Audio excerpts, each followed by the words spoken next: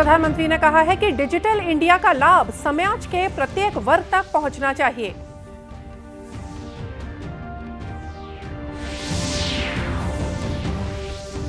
छत्तीसगढ़ की 5वीं विधानसभा का बजट सत्र कल से होगा शुरू। मुख्यमंत्री 6 मार्च को करेंगे बजट पेश।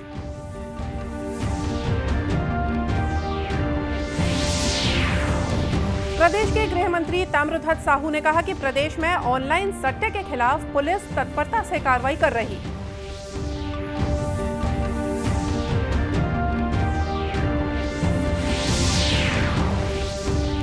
और नवगठित सक्ती जिले में राष्ट्रीय आजीविका मिशन से जुड़कर महिलाओं की दशा और दिशा बदली।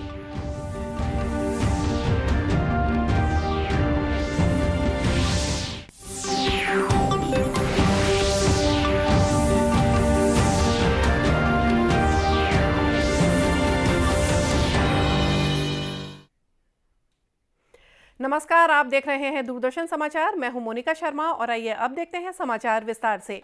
प्रधानमंत्री नरेंद्र मोदी ने जोर देकर कहा है कि सरकार आधुनिक बुनियादी ढांचे को बनाने के लिए प्रौद्योगिकी में भारी निवेश कर रही है। उन्होंने कहा कि डिजिटल इंडिया का लाभ समाज के प्रत्येक वर्ग तक पहुंचना चाहिए। प्रधानमंत्री ने क्षमता का सदुपयोग, प्रौद्योगिकी का उपयोग करते हुए जीवन में सुगमता लाना, इस विषय पर बजट के बाद वेबिनार को वर्चुअल माध्यम से संबोधित करते हुए कहा कि इस साल के केंद्रीय बजट में प्रौद्योगिकी की मदद से जीवन को आसान बनाने पर बल दिया गया है। श्री मोदी ने कहा कि 21वीं सदी का बदलता भारत लगातार अपने नागरिकों को प्रौद्योगिकी के माध्यम से सशक्त कर रहा है और लोग इस बदलाव को साफ तौर पर अनुभव भी कर रहे हैं। बजट वेबिनार का विषय बहुत ही महत्वपूर्ण है। 21वीं सदी का बदलता हुआ भारत अपने नागरिकों को टेक्नोलॉजी की ताकत से लगातार नागरिकों को एम्पावर कर रहा है। बीते वर्षों में हमारी सरकार के हर बजट में टेक्नोलॉजी की मदद से देशवासियों की ईज ऑफ लिविंग बढ़ाने पर जोर दिया गया है। इस बार के बजट में भी टेक्नोलॉजी, लेकिन साथ साथ ह्यूमन टच को प्राथमिकता, यह हमारा प्रयास हुआ रहा है।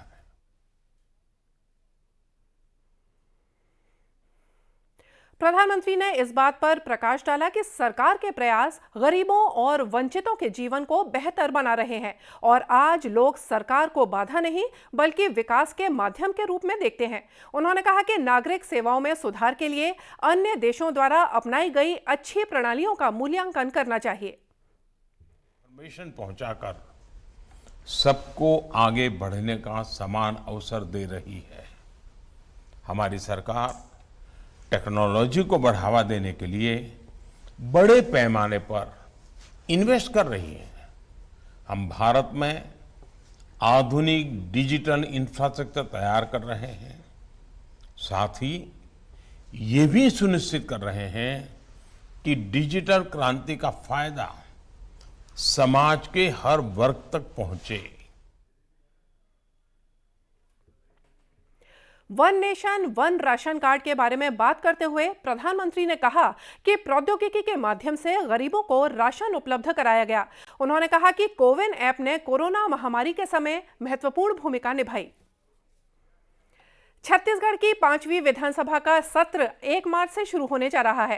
राज्यपाल बिश्वभूषण हरिचंदन के अभिभाषण से बजट सत्र की शुरुआत होगी। सदन में नए राज्यपाल का स्वागत भी किया जाएगा। मुख्यमंत्री भूपेश बघेल वित्त मंत्री के रूप में 6 मार्च को बजट पेश करेंगे। बजट सत्र को लेकर भाजपा और कांग्रेस दोनों दलों के नेताओं ने तैयारी की है। इस बीच छत्तीसगढ़ विधानसभा में नेता प्रतिपक्ष नारायण चंदेल ने कहा कि भारतीय जनता पार्टी के विधायक बजट सत्र में राज्य सरकार को हर मोर्चे पर घेरने का प्रयास करेंगे। प्रारंभ हो रहा है। भारतीय जनता पार्टी और पूरा विपक्ष इस बजट सत्र में हम सरकार को हर मोर्चे पर घेरने का प्रयास करेंगे। प्रधानमंत्री आवास का मुद्दा ज्वलंत मुद्दा है, जिसको लेकर के पूरे प्रदेश में हर विधानसभा क्षेत्र में भारतीय जनता पार्टी के द्वारा बड़े कार्यक्रम आयोजित किए जा रहे हैं। इस प्रदेश में कानून और व्यवस्था की स्थिति बद से बदतर हो चुकी है। बिगड़ती हुई कानून और व्यवस्था को हम सदन में जोर शोर से उठाएंगे। भाजपा के कार्यकर्ताओं की पूरे बस्तर क्षेत्र में लगातार शहादत हो रही है, हत्या हो रही है और माओवादियों द्वारा सरकार के संरक्षण में भारतीय जनता पार्टी के कार्यकर्ताओं को पार्टी के कार्यक्रमों में जाने से रोका जा रहा है। उन्हें कहा जा रहा है कि वे भाजपा में क्यों काम कर रहे हैं। इन सारे मुद्दों को हम पूरी संजीदगी के साथ में उठाने वाले हैं।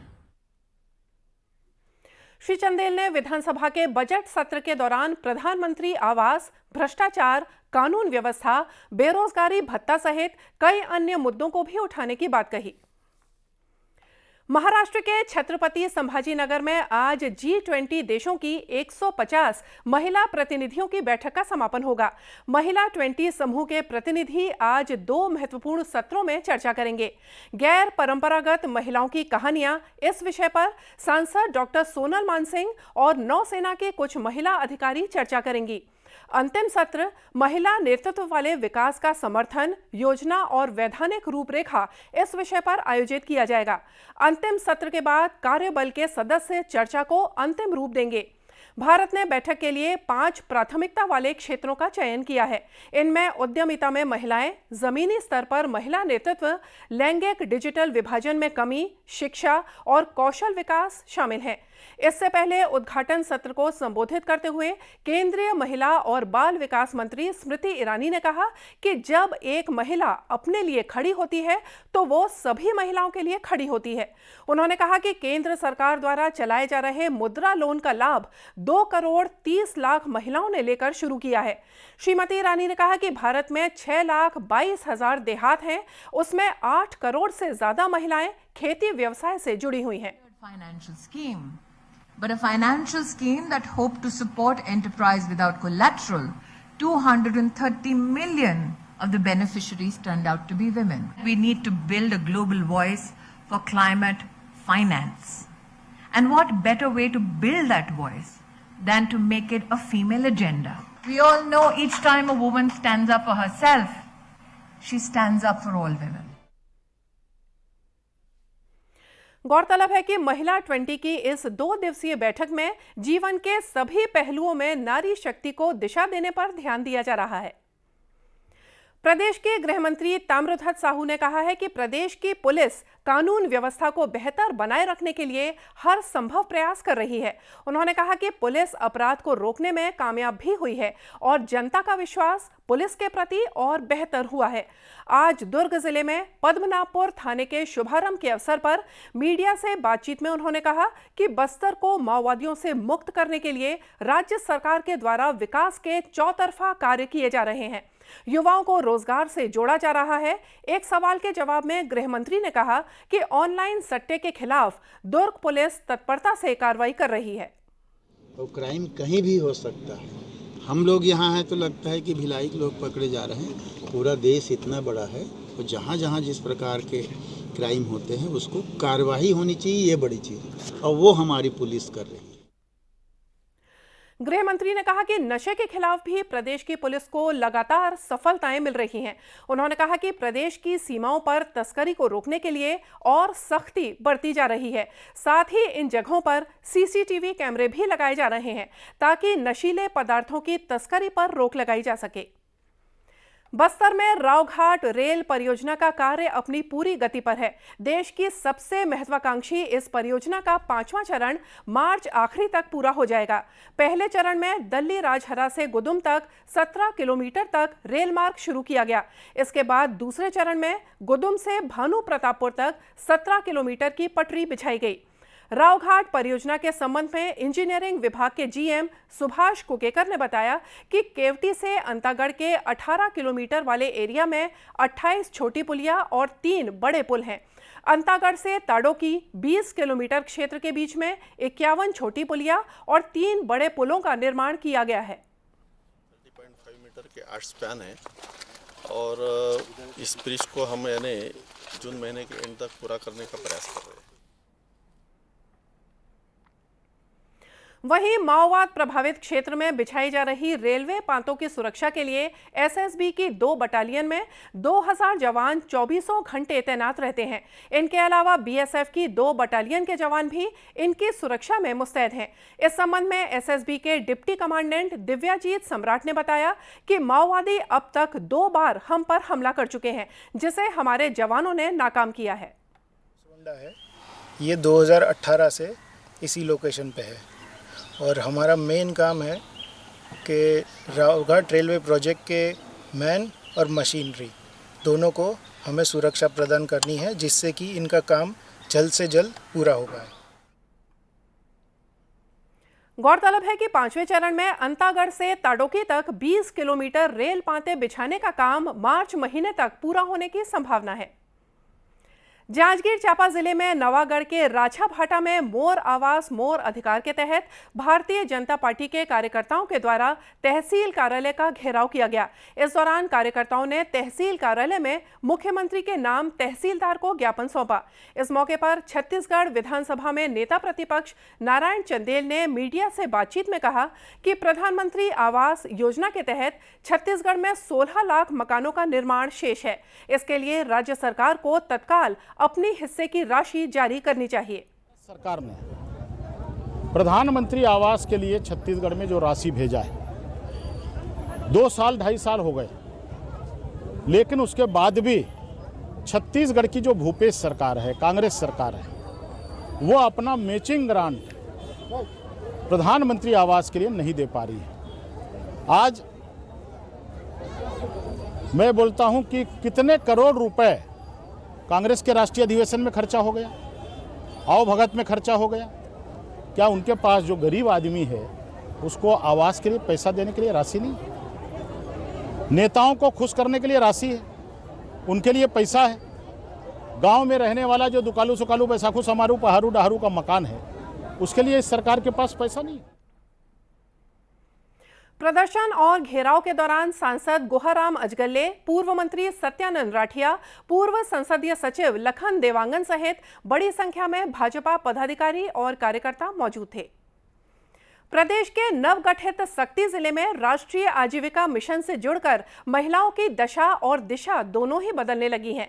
महिलाएं अब आत्मनिर्भर होकर आर्थिक सशक्तिकरण की ओर कदम बढ़ा रही हैं। ऐसे ही धनेश्वरी की जिंदगी में भी बदलाव आया है। धनेश्वरी पहले घरेलू कामकाज और मजदूरी करके अपनी जिंदगी चला रही थी, लेकिन बिहान योजना के तहत बीसी सखी बनने के बाद धनेश्वरी ने अपनी एक नई पहचान कायम की है। साथ ही आसपास के गांव की महिलाओं को राष्ट्रीय आजीविका मिशन से जोड़कर उन्हें आत्मनिर्भर भी बना रही हैं। इस बारे में धनेश्वरी ने बताया कि बैंक बीसी सखी बनने के बाद वे आत्मनिर्भर हुई हैं, साथ ही उनकी आर्थिक स्थिति भी मजबूत हुई है। कर सकती हूँ। जब मैं बीसी सखी नहीं थी तब दूसरे के प्रति काम पर निर्भर होना पड़ता था और आर्थिक स्थिति का सामना करना पड़ता था। तो अब मैं बीसी सखी हूँ तो अच्छी आमदनी हो जाती है और किसी प्रकार की दिक्कतें नहीं आती हैं। घर चलाने में अब मैं खुद सक्षम हूँ। गौरतलब है कि बीसी सखी के माध्यम से बिजली बिल, राशि जमा, निकासी, नया खाता खोलने से लेकर अन्य डिजिटल कार्य गांव में ही हो रहे हैं, जिसका लाभ ग्रामीणों को घर बैठे मिल रहा है। दूरदर्शन केंद्र रायपुर से प्रसारित होने वाले प्रादेशिक समाचार को आप YouTube पर भी देख सकते हैं। हमारे YouTube channel Chhattisgarh DD news पर प्रादेशिक समाचार उपलब्ध रहेगा। YouTube चैनल का लिंक और QR कोड आप स्क्रीन पर देख सकते हैं। अपने एंड्रॉयड फ़ोन से QR कोड स्कैन कर आप छत्तीसगढ़ DD न्यूज़ लिंक पर जा सकते हैं। इसके अलावा छत्तीसगढ़ DD न्यूज़ फेसबुक और ट्विटर पर भी उपलब्ध है। और आइए देखते हैं अंत में मुख्य समाचार एक बार फिर से। प्रधानमंत्री ने कहा है कि डिजिटल इंडिया का लाभ समाज के प्रत्येक वर्ग तक पहुंचना चाहिए।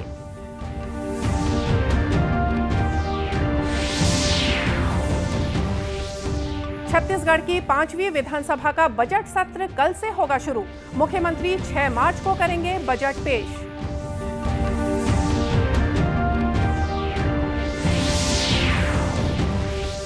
प्रदेश के गृह मंत्री ताम्रध्वज साहू ने कहा कि प्रदेश में ऑनलाइन सट्टे के खिलाफ पुलिस तत्परता से कार्रवाई कर रही।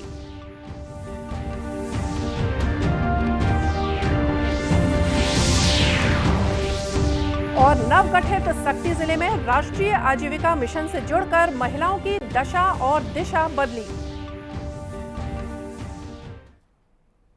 और इसी के साथ ये समाचार बुलेटिन यहीं समाप्त हुआ। नमस्कार।